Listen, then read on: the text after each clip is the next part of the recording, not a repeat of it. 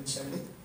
ఆ నూతన స్థలంలో దేవుడు ఘనంగా సభలు జరిగించాలని మీరందరూ కూడా ప్రార్థన చేయండి. మన 3 సంఘాలు కలిపి అనేక మంది కూడుకుని దేవుని మహిమపరిచేటువంటి తరుణం దేవుడు మనకి ఇస్తున్నాడు కనుక ఘనంగా జరగాలని మీ అనుదిన ప్రార్థనలో జ్ఞాపకం చేసుకోండి. ఒక వాక్య భాగాన్ని చదువుకుని ఈరోజు దేవుని యొక్క వాక్యాన్ని మనం ధ్యానం చేద్దాం. ఇర్మియా గ్రంథము 31వ అధ్యాయం 24వ వచనాన్ని మనం చదువుకుందాం. ఇర్మియా గ్రంథము 31:24.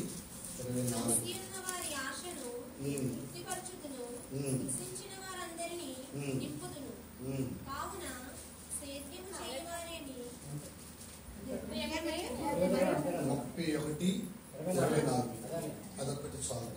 అలసి ఉన్న వారి ఆశను చాలు. అలసి ఉన్న వారి ఆశను తృప్తిపరచును, కృషించిన వారందరినీ నింపుదును. ఈరోజు మనం నేర్చుకునే మాట ఏంటంటే అలసి ఉన్న వారి ఆశను తృప్తిపరచును. ఆ మాట అంటవచ్చు. అందులో ఉన్నటువంటి భావాన్ని మనం తెలుసుకోవచ్చు. పాట పాడతాను. కలిసి గురించి దేవుని స్తుతిద్దాం. ఉజ్జయంగా పాడదాం. అండి వాక్యంలోనికి వెళదాం. ఇర్మియా గ్రంథం 31:24లో ఇలా రాస్తుంది: అలసి ఉన్న వారి ఆశను తృప్తిపరచుదును, కృషించిన వారిని నింపుదును. అలసి ఉన్న వారి యొక్క ఆశను తృప్తిపరచుదును. ఈ మాట కాస్త సవివరంగా ఈరోజు తెలుసుకోవచ్చు. జీవితంలో లోకంలో ఏదో ఒక విధంగా మనుష్యుడు బాధపడుతూనే ఉంటున్నాడు. ఏదో విధంగా అలసిపోతూనే ఉన్నాడు. కుటుంబపరమైన అలసట, ఉద్యోగపరమైన అలసట, వ్యాపారపరమైన అలసట, లేకపోతే వ్యక్తిగతమైనటువంటి అలసట, రకరకాల అలసటలు, ఇబ్బందులు మనుషుడు పడతా ఉన్నాడు. సమస్యలిపోతున్నాడు. కొన్ని సందర్భాల్లో మనుషులు పెట్టే బాధ వల్ల, కొన్ని సందర్భాల్లో మనం కొనుక్కు తెచ్చుకున్న బాధల వల్ల మనుషుడు సొమ్మసిల్లిపోతూ అలసిపోతూ ఈ అలసటను పోగొట్టుకునే ప్రయత్నాన్ని చేస్తూ ఉన్నాడు. అలసట పడుతున్నాడు, అలసట పోగొట్టుకోవడానికి ప్రయత్నం కూడా చేస్తున్నాడు. కొన్ని సందర్భాల్లో ఎండ దెబ్బతగిలిన వారమే కష్టాలు, శ్రమలు, బాధలు, ఇబ్బందులు, శోధనలు, కానరాని విషయాలు, వినరాని విషయాలు వినటం వలన కూడా మనుషుడు సొమ్మసిల్లిపోతూ ఉన్నాడండి. ఈ సొమ్మసిల్లిపోయేటువంటి ప్రాణాన్ని దేవుడు ఏం చేయాలనుకుంటున్నాడంటే, అలసిపోతున్న ఈ ప్రాణాన్ని ఏం చేయాలనుకుంటున్నాడంటే తృప్తిపరచాలని అని అనుకుంటున్నాడు. అందుకని అలసి ఉన్న వారి ఆశను తృప్తిపరచుదును. సైన్యములకు అధిపతి అయినటువంటి యెహోవా దేవుడే ఈ మాట చెప్తున్నాడు. అసలు మనల్ని అలసిపోయేటట్లుగా చేసేది, కృంగిపోయేటట్లుగా చేసేది, బాధపడేటట్లుగా చేసేది, నిరుత్సాహపరిచేది ఎవరంటే మన మీద కుయుక్తు పడుతున్న ఒక వ్యక్తి ఉన్నాడు. వాడే సాతానుడు, అపవాది అని పిలుస్తారు వాడు. కాబట్టి వాడు మనం మంచిగా ఉండడం, లేకపోతే మంచిగా జీవించడం, ఆత్మీయంగా ఉండడం, నీతిగా ఉండడం వాడికి ఇష్టం కాదు. ఏదో విధంగా మనలను బాధ పెట్టి దేవుని మీద ఉన్న మనసు నుండి తొలగింప చేయాలని అనుకుంటున్నాడు. ఏదో రీతిగా మనం కూడా ఈ లోకంలో జీవిస్తూ మనం పడిపోతున్నాం. కొన్ని సందర్భాల్లో ఆత్మీయ జీవితాన్ని ఆర్పేసుకుంటున్నాం. మరికొన్ని సందర్భాలలో లేనిపోని బాధలకు గురైపోతున్నాం. ఏం చేయాలో అర్థం కాక బ్రతుకులో చిరాకు పొంది మొత్తానికి నిరుత్సాహపడిపోయి కృంగిపోయిన వారం అయిపోతున్నాం. అలాగా కృంగిపోయినటువంటి వారిని, నిరుత్సాహపడుతున్న వారిని దేవుని దగ్గరికి వస్తే ఆయన అలసట తీరుస్తానని చెప్తున్నాడు. ఆయన అలసట తీర్చే దేవుడు ఆయన. అందుకని యేసుక్రీస్తు ప్రభు వారు తప్ప అలసట తీర్చేవారు ఇంకెవరైనా ఉన్నారా అని భూమి మీద మనం ఆలోచిస్తే ఆయన తప్ప ఇంకెవరు కూడా అలసట తీర్చేవారు లేరండి. మనం మంచిగా ఎండలో ప్రయాణం చేస్తున్నాం అనుకోండి. ఈ ఎండలో ప్రయాణం చేసేటప్పుడు ఎండ దెబ్బ బాగా తగులుతుంది, లేకపోతే వడదెబ్బ బాగా తగులుతుంది, వేడిగాలి మనకు పడుతుంది, చెవుల్లోకి వచ్చేస్తుంది. మనం సొమ్మసిల్లిపోయిన పరిస్థితి ఏర్పడింది, నడవలేని పరిస్థితి ఏర్పడింది, నాలుగంతా విడిచిపోయి, గొంతుకంతా ఆర్చిపోయి ఏం చేయాలో దిక్కుతోసిన స్థితిలో ఎక్కడ చూసినా నీడ కనబడతలేదు. అలాంటి టైంలో ఒక మేఘం మనకు అడ్డుగా వచ్చింది అనుకోండి, ఆ నీడ మన మీద పడింది అనుకోండి, ఇప్పుడు మనం ఎంత తృప్తి చెందుతాం, మన ప్రాణం ఎంత తెప్పరిల్లుద్ది. అలాంటి టైంలో చక్కటి మంచినీళ్ళు మనకు దొరికాయి అనుకోండి, అవి త్రాగామనుకోండి, మన ప్రాణం ఎంత తాపీగా ఉంటుంది, ఎంత హాయిగా ఉంటుంది. నేను ఏజెన్సీ వెళ్ళాం బైబిల్ క్లాస్ చేయడానికి. అక్కడికి వెళ్ళినప్పుడు మేము వెళ్ళిన 11 గంటలకే తీరని ఎండ, అద్భుతమైనటువంటి వడగాలుపు కొట్టిందండి. ఏంటి ఈ టైంలో ఎంత వడగాలుప అని చాలా బాధేసిందండి. ప్రియులారా, ఎందుకు చెప్తున్నానండి ఇవన్నీ కూడా? అలాగా మన జీవితంలో కూడా కొన్ని సందర్భాలలో వడగాల్పుల లాంటి వేదనలు, వడగాల్పుల లాంటి కష్టాలు, వడగాల్పుల లాంటి ఇబ్బందులు మనం పడతా ఉన్నప్పుడు, ఆ ఇబ్బందులు ఆ కష్టాల్లో కృంగిపోతున్నప్పుడు మనకి ఏం కావాలంటే ఊరట కావాలి, ఊరట కావాలి, ఆదరించేవారు కావాలి. ఆ ఎండ దెబ్బ నుండి, ఆ శ్రమల నుండి, ఆ కష్టాల నుండి, ఆ వ్యాధుల నుండి, ఆ సమస్య నుండి బయటపడేసేవాడు కావాలి. ఈ ఎండ దెబ్బకి మన తలంతా కాలిపోతుంది, శరీరం అంతా కాలిపోతుంది, తట్టుకోలేని పరిస్థితి ఏర్పడుతుంది. ఇంకా ఎందుకు వచ్చిందో నా బ్రతుకని చిరాకు వచ్చి బ్రతుకు మీద తీపు పోయి ఎందుకు వచ్చింది నాకు చేస్తే బాగుండనని ఒక డిసిషన్కి వచ్చేస్తున్నాం. అలాంటి టైంలో ఈ అలసిపోయిన వారిని ప్రభు ఏమంటాడంటే అలసట తీరుస్తానంటున్నాడండి, అలసట తీరుస్తానంటున్నాడండి. ఆ మాట మళ్ళీ చదువుతాను 24 వచ్చిన అలసి ఉన్న వారి ఆశను తృప్తిపరచుదును.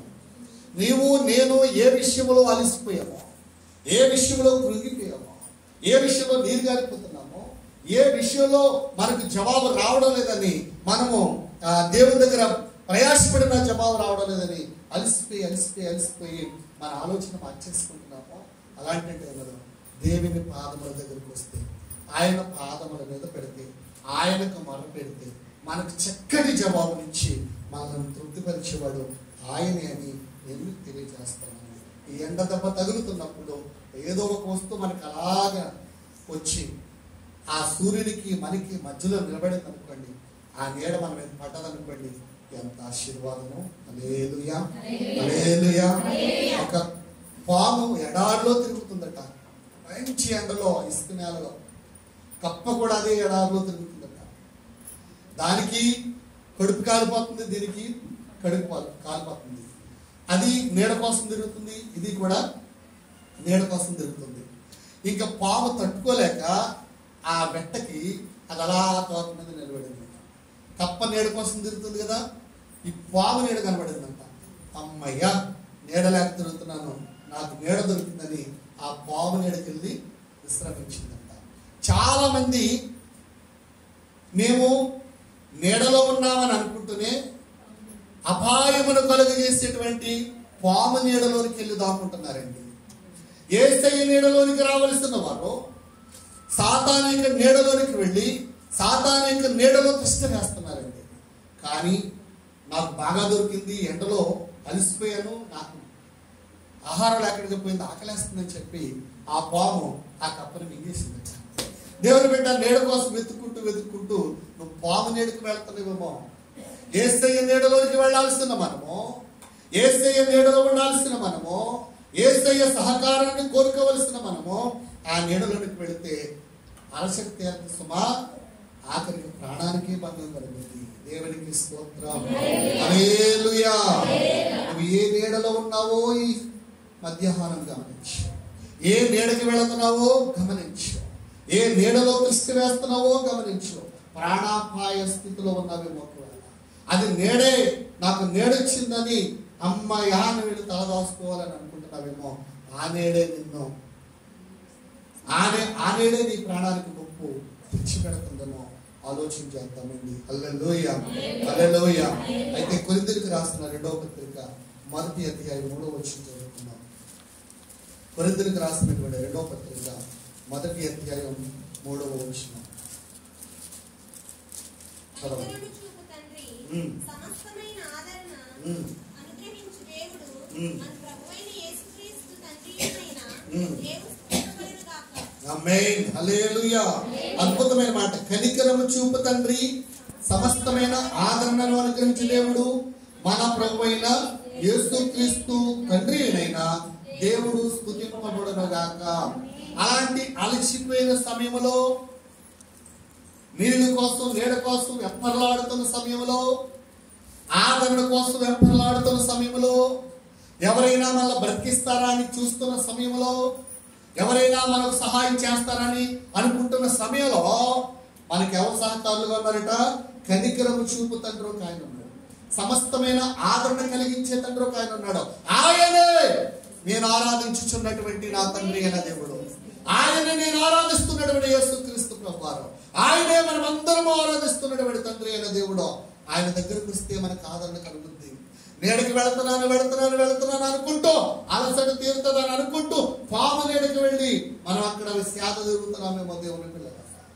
ఆ పాము నేడికి వెళితే మనకు ప్రాణాపాయమే తప్ప వేరొకటి ఏమి కూడా లేదు. వచ్చేదేదో శ్రమ పడినా పర్లేదు, కష్టపడినది పర్లేదు, ఒక్క 4 అడుగులు ముందుకేసి సేఫ్టీగా ఉండే నేడికి వెళదాం. ఆదరణ కలిగించి నేడికి వెళదాం. ఎవరో ఆదరణ కలిగించే దేవుడు అంటే ఆయనే మనం ఆరాధించే తండ్రి అయినటువంటి యెహోవా దేవుడు. మన కొరకు ప్రాణం పెట్టిన యేసుక్రీస్తు ప్రభువారి యొక్క నీడ, మనకు ఆదరణ కలిగించే పరిశుద్ధాత్మ యొక్క నీడ, ఆ నీడలో ఉంటేనే మనం దీవించబడతామో. ఈరోజు ఈ వర్తమానం వింటున్న దేవుని బిడ్డ మనసు విప్పి దేవునితో మాట్లాడాలి. దేవుని నీడలోకి వచ్చే ప్రయత్నం చేస్తే మన అలసట తీరుతుంది. మళ్ళా వచ్చిన చూడుతాను. అలసి ఉన్న వారి ఆశను తృప్తిపరచు. అలసి ఉన్న వారి ఆశను తృప్తిపరుస్తాడు. బాగా దాహం ఇచ్చినప్పుడు చల్లని మంచినీళ్ళు తాగితే ఎంత తృప్తో, బాగా ఆకలిస్తున్నప్పుడు రుచికరమైన ఆహారాన్ని తింటే ఎంత తృప్తో, బాగా రోగం కలిగి బాధపడుతున్నప్పుడు స్వస్థత పడితే ఎంత తృప్తో, ఈరోజు యేసే నీడలోకి వస్తే అంతే తృప్తి కలుగుతుంది. వస్తావా మరి? అనుభవిస్తావా ఆయన ఇచ్చినటువంటి ఆశీర్వాదం? కావాలా నీకు ఆహ్లాదకరమైనటువంటి ఆ తృప్తి? దేవుడు నీకు ఇవ్వాలంటే ఒక్కసారి అడుగు ముందుకేసి నీ జీవితాన్ని దేవుని చేతిలో పెట్టారు. రా, వస్తే నువ్వు దీవించబడతావు, వస్తే నువ్వు ఆశీర్వదింపబడతావు. ఆయన నీడలోనికి రా. వెళుతున్నానంటే పాము నీడలోనికి వెళతావు. నీకు నష్టమే తప్ప లాభమే ఉండదు. ఈరోజు తృప్తి కలిగించే 7 మాటలు నేను చెప్తాను. జాగ్రత్తగా మీరు వాటిని పఠించండి, చదవండి. 1, ప్రభు యొక్క తలంపులు అంటే దేవుని యొక్క వాక్యం మన అలసట తీరుస్తుంది. అందరూ చెప్పండి, ప్రభు యొక్క తలంపులు. ఇంతమంది ఉన్నారు కదా, ఎందుకు అంత చిన్నగా మాట్లాడుతున్నారు? నోటాన్ని మాట రావాలని చాలా మంది బద్ధకాలు ఎక్కువ ఉంటాయి. తినడానికి బద్ధకం, పడుకోవడానికి బద్ధకం, తగ్గేయడానికి బద్ధకం, మాట్లాడడానికి బద్ధకం. దాన్ని సోమరితనం అంటారు. ఏమంటారు దాన్ని? నోరిప్పండి, గట్టిగా చెప్పండి. నేను వాక్యం చెప్పడం, బూతులాడడానికైతే నోరు వస్తుంది, జగడాలాడడానికైతే నోరు వస్తుంది, ఎవరైనా దూషించడానికే నోరు వస్తుంది. వాక్యం చెప్పడం నోరు రావడం లేదా? గట్టిగా చెప్తా అండి. ఏం చెప్పాలన్నా నాతో చెప్పండి గట్టిగా. ప్రభు యొక్క తలంపులు. ఎంత బాగుంది, బాగుందా? మళ్ళా చెప్పండి. ప్రభు యొక్క తలంపులు అనగా దేవుని వాక్యము మన అలసట తీరుస్తుంది. ఫస్ట్ పాయింట్ ధ్యానం చేద్దాం ఈ మాటను. ప్రభు తలంపులు ఎప్పుడు కూడా మన అలసట తీరుస్తాయి. దేవుని వాక్యం ఎప్పుడు మన యొక్క అలసట తీరుస్తుంది. ఎందుకంటే అంధకార సంబంధమైన దురాత్మలు, లోక సంబంధమైనటువంటి దురాత్మలు, ఇంకా మనం చూసుకుంటుంటే మనకు అలసట కలగజేసేటువంటి దురాత్మలు, ఇవన్నీ కూడా మనకి ఎదురవుతున్నప్పుడు మనం ఏం చేస్తున్నారంటే దురాత్మ వలన అలసట కలుగుతుంది, దురాత్మ వల్ల మనకు విసుగుదల కలుగుతుంది, దురాత్మ వల్ల మన ఆత్మ నీరసిల్లిపోతుంది, దురాత్మ వల్ల మన శరీరం నీరసిల్లిపోతుంది. అలాంటి టైంలో దేవుని వాక్యము గనక మనం ధ్యానిస్తే, దేవుని తలంపులు గనక మనం ధ్యానిస్తే మనకు చక్కటి తృప్తి దొరుకుతుందట. హల్లెలూయా. చక్కటి ఆరోగ్యకరమైన తృప్తిని మనం పొందుకుంటామటండి. హెబ్రీయులకు రాసిన పత్రిక 12వ అధ్యాయం 3వ వచనం చదువుతున్నాం. హెబ్రీ పత్రిక 12వ అధ్యాయం 3వ వచనం.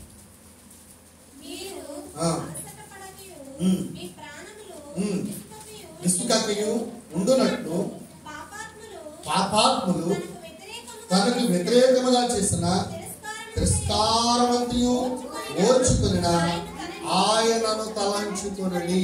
అద్భుతమైన మాట. చూడండి, 3వ వచనం. మీరు అలసట పడకయు మీ ప్రాణములు విసుకక ఉండునట్లు పాపాత్ములు తనకు వ్యతిరేకముగా చేసిన తిరస్కారం అంతయు ఓర్చుకుని ఆయనను తలంచుకుంది. అలసపడకుండా అలయంగా ఉండాలంటే, అలసట పడకుండా ఉండాలంటే, ప్రాణాలు విసుకోకుండా ఉండాలంటే పాపాత్ములు ఏం చేస్తున్నారంట? మనకు వ్యతిరేకంగా తిరస్కారం చేస్తున్నారట. వాళ్ళు మన మీద వ్యతిరేకంగా తిరస్కారం చేసినప్పుడు, వాళ్ళు మన మీద వ్యతిరేకంగా మాట్లాడుతున్నప్పుడు, వ్యతిరేకమైనటువంటి పనులు జరిగిస్తున్నప్పుడు, మన మీద నిందలేస్తున్నప్పుడు, అవమానపరచాలని చూసినప్పుడు మనం ఎలా ఉండాలని చెప్తున్నాడు అక్కడ వాక్యలో? ఎలా ఉండాలని చెప్తున్నాడు? 3వ వచనంలో తిరస్కారమతి ఓర్చుకుంటే ఆయన ఏం చేస్తున్నాడు అనమాట? ఓర్చుకుంటే గనక, ఆయనను తలంచుకుంటే గనక ఆయన మనకు తృప్తినిస్తాడు. ఆయన్నే తలంచుకోవాలి. ఏంటయ్యా ఈ వ్యతిరేకం, ఏంటయ్యా ఈ నిందలు, ఈ అబండాలు ఏంటి నేను అవజలకు వెళ్ళాలని ఎన్ని వీళ్ళు ఎలా చేస్తున్నారని ఓర్చుకుంటేనటండి దేవుడు వారిని తృప్తిపరుస్తాడట. దేవుడు వారిని తృప్తిపరుస్తాడట. హల్లెలూయా, హల్లెలూయా. ప్రియమైన పిల్లలు జ్ఞాపకం చేసుకోవాలి, కొన్ని సందర్భాలలో మనము ఓర్పు అనేది మనలోకి వస్తే దేవుడు ఆ తర్వాత మనల్ని తృప్తిపరుస్తాడు. దేని ద్వారా తృప్తి పడాలి అంటే వాక్యమును ధ్యానించడం ద్వారా తృప్తి పడాలి. అలాంటి శ్రమ, ఇబ్బంది, అవమానాలు ఎదురైనప్పుడు వాక్యం దగ్గరికి వెళితే వాక్యం మనకి ఏం చేస్తుందంటే పూర్తి భరోసా ఇస్తుంది, పూర్తి ధైర్యాన్ని మనకు కలుగు చేస్తుంది. వాక్యము తప్ప, దేవుడు తప్ప ఇంకా ఎవరు కూడా అంత ధైర్యాన్ని మనకు ఇవ్వలేదు. అందుకని వాక్యం దగ్గరికి రావాలి. ఆయన తలంపులు ఏంటో తెలుసుకోవాలి, ఆయన ఉద్దేశాలు ఏంటో తెలుసుకోవాలి. ఆయన ఉద్దేశాలు, ఆయన తలంపులు మనకి ఎక్కడ దొరుకుతాయి, ఎలా తెలుస్తాయి? దేవుడు వచ్చి నా ఉద్దేశాలు ఎలాగని చెప్తాడా అంటే చెప్పలేడు. ఆయన వాక్యమే దేవుడు, వాక్యమే దేవుడు, దేవుడే వాక్యం. వాక్యాన్ని చదివితే దేవుడు తలంపులు ఏంటో మనకు తెలుస్తాయి. అందుకని వాక్యం మనల్ని ఎప్పుడు కూడా ఏం చేస్తుందంటే తృప్తి పరుస్తుంది. అందుకే కీర్తనకారుడు అన్నాడు కదా, రాత్రి జాములు యందు నేను నీ వాక్యమును ధ్యానించుచున్నప్పుడు ప్రభు మీద దొరికినట్లుగా నాకు నీ వాక్యం దొరికిందయ్యా అంటాడు. నేను ఎప్పుడు ప్రొద్దు పక్క చీకటి పడుతుంది అన్నప్పుడు నా కన్నులు పెద్ద చేసుకుంటాను అన్నాడు కదా చదివిన వాక్యంలో. నా కన్నులు పెద్ద చేసుకుంటాను వాక్యం ధ్యానం చేయడానికి అన్నాడు కదా. ఈ రోజు వాక్యం ధ్యానిస్తున్నటువంటి అది మనకు తృప్తిని కలుగు చేస్తుంది. ప్రభు యొక్క తలంపులన్నిటినీ కూడా మనం ఏం చేయాలంటే తలంచుకోవాలి. యెషయా గ్రంథము 50వ అధ్యాయం 4వ వచనం చదువుతున్నాం. యెషయా గ్రంథము 50వ అధ్యాయం 4వ వచనం.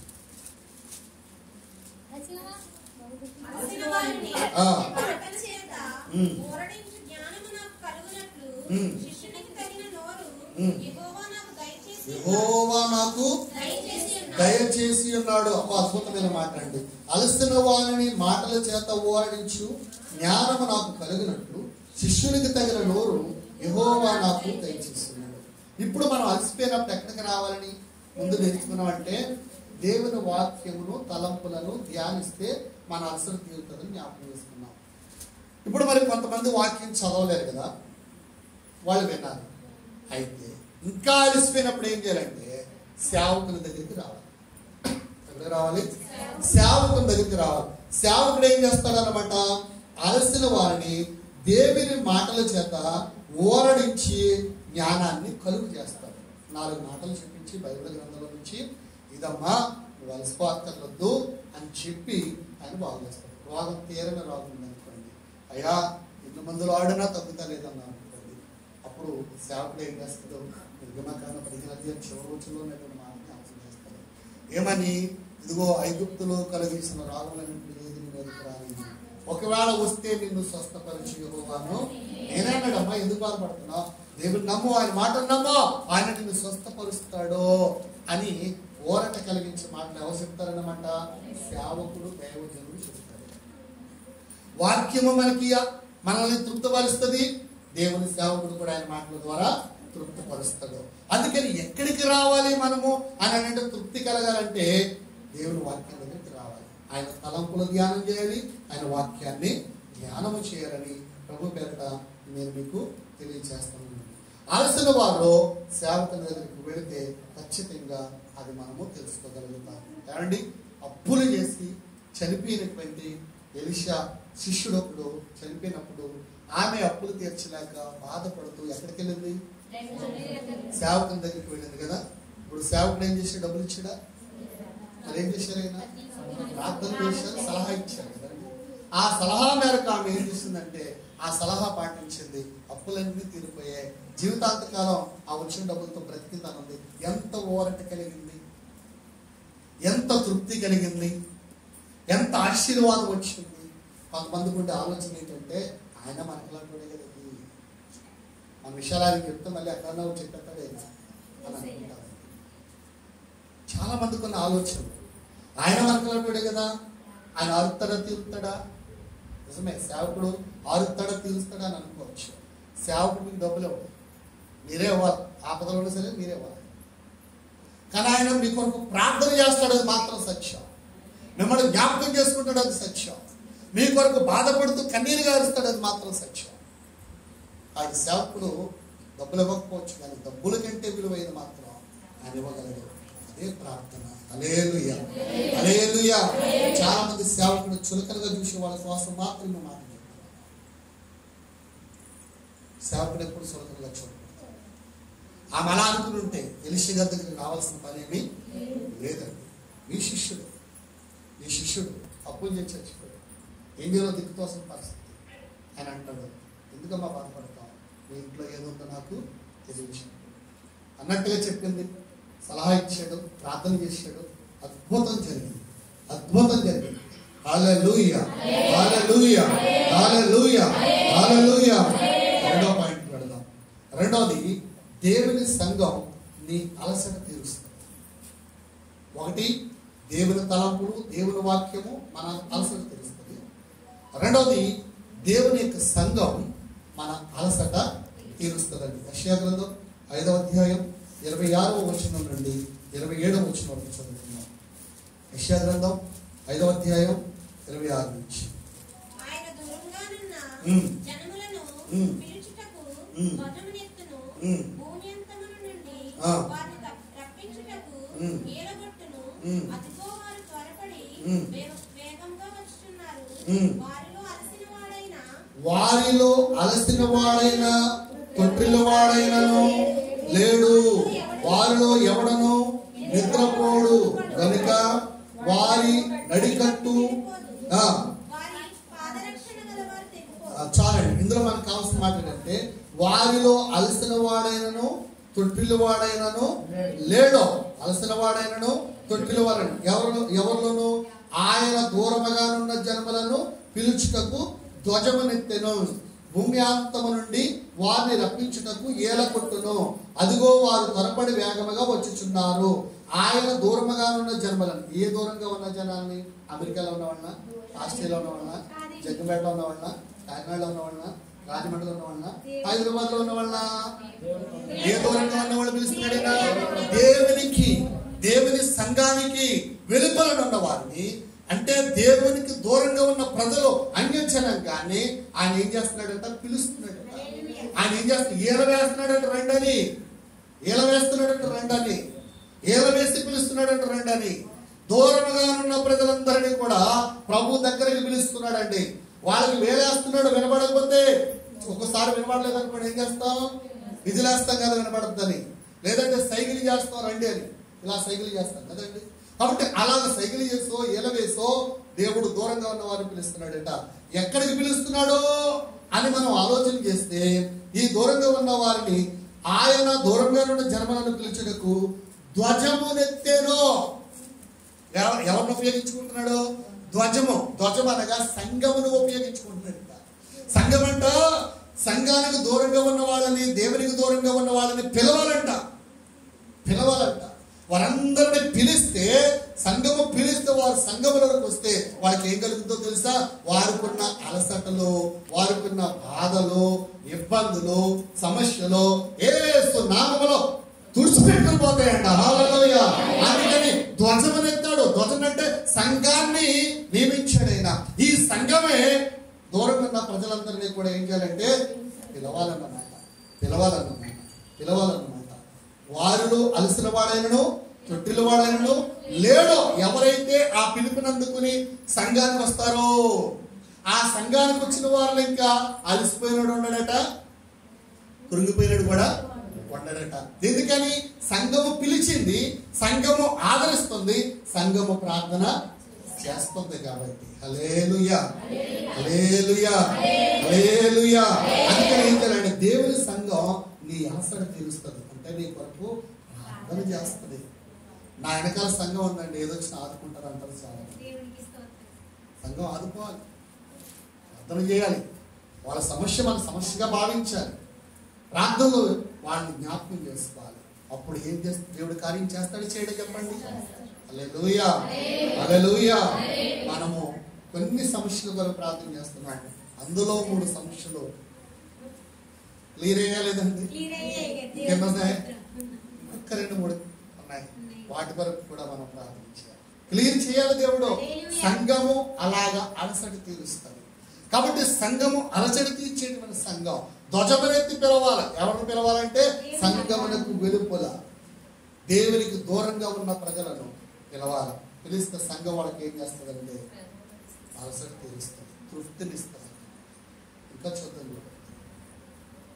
దేవుని ధ్వజమునెత్తడం అంటే, దేవుని ధ్వజము అంటే అర్థం ఏంటంటే సహవాసం, దేవుని యొక్క సన్నిధి, సంఘం, దానినే ధ్వజం అంటాం. సహవాసంలోకి ఎవరైనా వచ్చారనుకోండి, ఇప్పుడు మనందరం సహవాసంగా కూడుకున్నాం కదా, ఈ సహవాసంలో ఎవరైనా ఉన్నారనుకోండి, వాళ్ళకి ఎంత ఆశీర్వాదమో తెలుసా అండి? నిజంగా చాలా ఆశీర్వాదం. అందుకని ఈ సహవాసంలో వాళ్ళు ఖచ్చితంగా ఉండాలి, ఉంటేనే పరలోకానికి వెళ్తారు. ఇది ఎందుకంటే పరలోకమునకు గవిని ఇదే అనండి, పరలోకమునకు గవిని ఇదే. ఎవరన్నారన్నమాట? అదే బైబిల్లోనే, అన్ని బైబిల్లోనే. ఎవరన్నారంటే యాకోబు గారు, ఆయన బెయేర్షెబ అరణ్యములో ఆ రాత్రి తన ఇంటి నుంచి పారిపోతున్నప్పుడు ఆయన తలగడగా చేసుకున్న రాయిని తలగడ చేసుకుని పండుకుని ప్రార్థన చేశాడు. ఆకాశమునకును భూమికి నిచ్చెన వేయబడింది. ఇప్పుడు ఆ ఆకాశం భూమికి నిచ్చెనగా వేయబడినటువంటి ఆ నిచ్చెన మీద దేవదూతలు ఎక్కుతున్నారు, దిగుతున్నారు. ఆ దృశ్యాన్ని చూశాడు. ఆ ప్రొద్దుటి లేచి అనుకున్నాడు, ఇగో ఇక్కడ నిచ్చెన వేయబడింది, ఆకాశమునకు భూమికి దేవదూతలు ఎక్కుతున్నారు, దిగుతున్నారు, కాబట్టి పరలోకానికి గమని ఇదే. నేను కనుక నా మాంగారు దగ్గరికి వెళ్ళి తిరిగి వస్తే, వచ్చేటప్పుడు సమృద్ధిగా వస్తే, నేను ఇక్కడ దేవాలయం కడతాను, ఇక్కడ దీనికి బేతేలు అని నామకరణం చేస్తానని చెప్పి బేతేలు నామకరణం చేసి అక్కడ తలగడగా చేసుకున్న రాయిని పునాది రాయిగా స్థాపించి ప్రార్థన చేసి ఇదే దేవాలయం అని చెప్పాడట. పరలోకానికి గవిని అంటే దేవాలయము పరలోకమునకు గవిని, యెహోవా గుమ్మం ఇదే, దీనిలో ప్రవేశించుడి అని అంటారు. హల్లెలూయా, హల్లెలూయా. ఏ గుమ్మం? యెహోవా గుమ్మం. ఇప్పుడు మన సంఘానికి వస్తే, సహవాసానికి వస్తే, ఈ ధ్వజము దగ్గరకు వస్తే, ఈ సన్నిధికి వస్తే మనము అలసిపోము, తృప్తిగా ఉంటాము, తృప్తికరంగా ఉంటాము. దేవుడు మనతో మాట్లాడతాడు. ఇక్కడ ఆయన మాట్లాడితే మనం ధైర్యం వస్తుందండి, ధైర్యం వస్తుందండి, ధైర్యం వస్తుందండి. కాదుస్తే దేవుని సన్నిధిని విడిచిపెట్టినటువంటి సంసోను ఏమైపోయాడో చూద్దాం. ఏమండి, సంసోను గారు చాలా చక్కటి దైవికంగా ఉండేవాడు. ఆయనకున్న వరం కేవలకి లేదు. ఎలాంటి బలవంతులైనా సరే జయించేవాడు. చాలా దేవుని సన్నిధిలో వరం పొందుతున్న ఇతగాడు ఒకానొకప్పుడు దేవుని సన్నిధిలో ప్రార్థన చేయాల్సిన వాడు గెలీలా ఒడిలోకి వెళ్ళి పడుకున్నాడు. అమ్మా, ఎక్కడ ఉండాలి ఈయన? దేవుని సన్నిధిలో. ఇప్పుడు ఎక్కడ ఉన్నాడు? గెలీలా ఒడిలో ఉన్నాడు, అందమైన స్త్రీ ఒడిలో ఉన్నాడు. ఇప్పుడు ఆమె ఏం చేస్తుందంటే చక్కగా ఆమె యొక్క మత్తుతో నిద్రపుచ్చుతుంది. బలం ఎక్కడుందో కనుక్కోవడం కోసం ఆమె ప్రయత్నం చేస్తుంది. పాపం ఇంతగాడు తెలియదు ఆ విషయం. ఏమేం చేస్తున్నాడంటే చాలా బాగా నన్ను జోగొడుతుంది అనుకున్నాడు, చాలా బాగా బుజ్జిగిస్తుంది అనుకున్నాడు, చాలా బాగా ప్రేమిస్తుంది అనుకున్నాడు. కానీ లోపల ఉన్న ఆంతర్యంలో ఉన్న కుయుక్తి ఎవరికి తెలియదు పాపం? ఆత్మీయుడైనటువంటి సంసోను తెలియదు పాపం. ఆత్మీయుడైన సంసోను గ్రహించలేకపోయాడు. మొత్తం మనసంతా ఎవరి మీద పెట్టించాడు? దెలీలా మీద పెట్టించాడు. అమ్మా చెప్పండి అన్నాడు గట్టిగా. మనసంతా దెలీలా మీద పోయింది. అసలు మనసు ఎక్కడ ఉండాలి? దేవుని మీద ఉండాలండి, సన్నిధి మీద ఉండాలండి, ప్రార్థన మీద ఉండాలండి, వాక్యం మీద ఉండాలండి, వరాల మీద ఉండాలండి, ఫలాల మీద ఉండాలండి. కానీ మనసు దెలీలా మీద పోయింది. ఇప్పుడు ఎక్కడ పడుకున్నాడండి ఈయన గారు? ఒడిలో పడుకున్నాడండి. ఆవిడ ఏం చేసిందంటే కత్తులు తెప్పించి 7 కత్తులు వేసేసిందండి, తలకాట్ చేసిందండి. ఇప్పుడు ఆయనకున్న బలమంతా అప్పటి వరకు చాలా చక్కగా ఆహ్లాదకరంగా ఉండాల్సిన జీవితం ఇప్పుడు తాడుతో కట్టేసి తీసుకెళ్లి దాగోరు దేవత గుడిలో స్తంభానికి కట్టించారు. వాళ్ళకు పండుగ జరుగుతుంది, ఆ పండుగకి బలివ్వాలని చూస్తున్నారు. ఇప్పుడు అలిసిపోయి కూర్చున్నాడు అక్కడ. ప్రశాంతంగా ఉండాల్సిన మనసు ఇప్పుడు ఏమైపోయిందో తెలుసా? గజిబిజి అయిపోయింది. దానికి కారణం ఏంటో తెలుసా? దేవుని సన్నిధిలో ఉండాల్సిన మనసు ఢిల్లీలో ఒడిలోకి వెళ్ళిపోయింది. అదే కారణం, వేరే కారణమో లేదు. జగత్తు సుమ దేవుని మీద ఉండాల్సిన మనసు దేవుని మీద ఉండేనవ్వండి. డబ్బు మీద కానీ, స్త్రీల మీద కానీ, పురుషుల మీద కానీ, అంతస్తుల మీద కానీ, ఉద్యోగం మీద కానీ, వ్యాపారం మీద కానీ నువ్వు దేనిని ఎక్కువ ప్రేమిస్తున్నావు దాని మీద పోనవకండి. ఎక్కడ ఉండాలో తెలుసా మన మనసు? జారి పక్కగా ఉండాలంటే ఎక్కడ ఉండాలో తెలుసు మన మనసు? బాగుగా ఉండాలంటే ఎక్కడ ఉండాలో తెలుసు మన మనసు? ఆహ్లాదకరంగా తృప్తిగా ఉండాలంటే అది దేవుని సన్నిధిలో ఉంటేనే తృప్తే. దేవుని సన్నిధిలో కాకుండా ఇంకెక్కడున్న తృప్తి ఉండదు ఆ మనసు. అందుకనే దావీదు గారు అంటాడు, దేవా దాంబీకులు నీ సన్నిధిని నిలువలేరయ్యా. దాంబీకులు దేవుని మందిరానికి వచ్చారనుకోండి, వాళ్ళకి ఎలా ఉంటుంది తెలుసా? చేమలో జల్లు పాకినట్టు ఉంటుంది. కూర్చొని వండలేరు అలా. ఎందుకంటే దాంబిక జీవితం వాళ్ళదే. అదే ఒక ఆత్మీయుడు వచ్చాడు అనుకోండి, ఎంత చక్కగా ఉంటాడో తెలుసా అండి, ఎంత చక్కగా బలపడతాడో తెలుసా అండి, ఎంత చక్కగా దేవునితో సహవాసం చేస్తాడో తెలుసా అండి. ఈరోజు నువ్వు ఆత్మీయుడువో ఆత్మీయురాలువా, లేక దాంబిక జీవితం కలిగిన వారా? దాంబిక జీవితం కలిగిన వారైతే దేవుని సన్నిధిలో నిలబడలేదు. ఆత్మీయులైతేనే దేవుని సన్నిధిలో నిలబడగలరు. దేవుని పిల్లల ఆలోచించేయండి. మనకు తృప్తి కలగాలంటే ఎక్కడ? దేవుని సంఘమే మనకు తృప్తిని కలిగజేస్తుంది. ఇంకా మనం చూసుకుంటే జాగ్రత్తగా ఆలోచన, ఒక మాట నేను మీకు చెప్పాలని అనుకుంటున్నాను. ఇది ఎక్కడ ఉంటుందంటే న్యాయాధిపతుల గ్రంథం 16వ అధ్యాయము 19వ వచనములో ఉంటుంది అన్నమాట. ఇంకా చూద్దాం.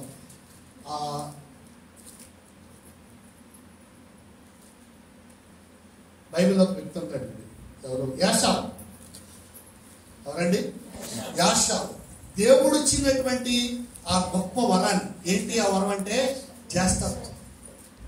ఈ జ్యేష్ఠత్వం ఆ పాప ఈయన ఏం చేశాడంటే అలసిపోయి ఎక్కడికి అడవికి వెళ్ళి అలసిపోయి తిరిగి వచ్చాడు. తిరిగి రాబోదలకి అలసట చెంది ఆయనకి ఎర్రగా ఒకటి కనబడుతుంది. అదేంటంటే చిక్కుడుగాయలు కూర. ఆ ఎర్రగా ఉన్నదాన్ని చూసి అలసిపోయి కూర్చుని తమ్ముడని యాకోబుతో అంటాడు, రే తమ్ముడు ఆ ఎర్రగా ఉన్నది బెటరా అన్నాడు. యాకోబు గారు అంటాడు, ఆ ఎర్రగా పెట్టడానికి గుర్తునే రాదది, ఒక పని చేయాలి. ఏంట్రా చెప్పాలి, ఎర్రగా ఉన్నది నీకు కావాలండి, నీ జ్యేష్ఠత్వం నాకు ఇచ్చాను, నాకు రాసే అన్నాడు. మరి ఎవరికి కావాలన్నా జ్యేష్ఠత్వం, ఇప్పుడు నా ఆకలి తీర్చదని చెప్పి జ్యేష్ఠత్వాన్ని అమ్మేశాడు. దేవుని సన్నిధిలో ఉన్న తృప్తి ఏంటో, ఆ వరం ఏంటో, ఆ గొప్పతనం ఏంటో, ఆ జ్యేష్ఠత్వం ఏంటున్న విలువ ఏంటో అతనికి తెలియలేదండి పాపం. తెలుసుంటే అమ్ముతాడు చెప్పండి. చాలా మందికి దేవుని సన్నిధిలో ఉన్న విలువ తెలియడం లేదండి. ఏదో ఎడమై గుడికి రావడమే, ఏదో మొక్కుబడిగా వస్తున్నారు తప్ప ఆ సన్నిధిలో ఉన్న భావాన్ని కానీ, సన్నిధిలో ఉన్న గొప్పతనాన్ని కానీ అనుభవించలేకపోతున్నామండి. మనం అనుభవించగలగాలి. దేవుని సన్నిధిలో గొప్ప అనుభూతి ఉంది. అందుకే కదా దావీదు అంత పెద్దోడైనా ఆ అధికారం కోసం తాపత్రయపడుతున్నాడు. ఆయన చెప్పండి, ఆయన కోరుకోపోయిన దేవుడు ఇచ్చాడు అధికారం. ఆ అధికారం వచ్చిందని ఆయన గర్విష్ఠుడు అయ్యాడా? ఆయన ఏమంటున్నాడు, ఇంత పెద్దోడు అయిపోయినా, అంత గొప్ప రాజు అయినా కానీ ఆయన కోరుకునేది అంటే, యేసయ్యా నేను ఎప్పుడు కూడా నీ మందిరంలో ఒలివ మొక్కల వల్ల ఉండాలయ్యా, అదే కోరుకుంటున్నాను అన్నాడు కదండి. నేను ఎప్పుడు నా దేవుని మందిరానికి వెళ్ళేదినా, ఎప్పుడు నా దేవుని ఆరాధించేదినా, ఎప్పుడు నా దేవునితో మాట్లాడేదినా అని తాపత్రయపడుతున్నాడా లేదా అండి? అరే మీరు ఆ రాజ్యానికి వెళ్ళండి, ఆయన జయించండి, అది కూడా మనం స్వాధీనం చేసుకుందాం అని చెప్తున్నాడా? ఈ దేశానికి వెళ్ళండి, ఈ దేశాన్ని కూడా కొలగొట్టండి, మనం స్వాధీనం చేసుకుందాం అని దాహం అతనికి కేవలం ఉందా? లేదండి. ఆయనకున్న దాహం ఒకటేనండి, ఆయనకున్న తృప్తి అంతా ఒకటే. ఎక్కడో తెలుసా తృప్తి? దేవుని సన్నిధిలో తప్ప ఇంకెక్కడ ఆయనకు తృప్తి అనేది లేదండి. హల్లెలూయా. అందుకే దేవుడు మందిరాన్ని ఊరికి దగ్గరగా ఇచ్చాడు. మీరందరూ కూడా తెల్లారేసరికి వచ్చి ప్రార్థన చేసుకున్నారండి. ఇక్కడ నుంచి ఆయన సన్నిధిలో ఉన్న అనుభూతి అంతా ఇంత కాదండి. మనకి ఎప్పుడు చక్కగా తాళాలు వేయబడతలేదు కదా. ఒకవేళ తాళాలు వేసుకుని తెల్లవారుజాము తీసిండి ఎవడేస్తారో రండి, చక్కగా వచ్చి ప్రార్థన చేసుకోండి. ఇక్కడ ఆ అనుభూతి వేరు, ఆ సన్నిధి వేరు. నీ జ్ఞాపకం వచ్చినప్పుడు రావడం కాదు, క్రమము తప్పకుండా చేయడం మొదలు. క్రమం తప్పకుండా చేస్తే దేవుడు మనకు ఒక తృప్తిని అనిపిస్తాడు. హల్లెలూయా. ఎన్ని చెప్పుకున్నాం మనం? ఏం చెప్పుకున్నాం? 2 విషయాలు చెప్పుకున్నాం. ఏ విషయాలు ఇవి?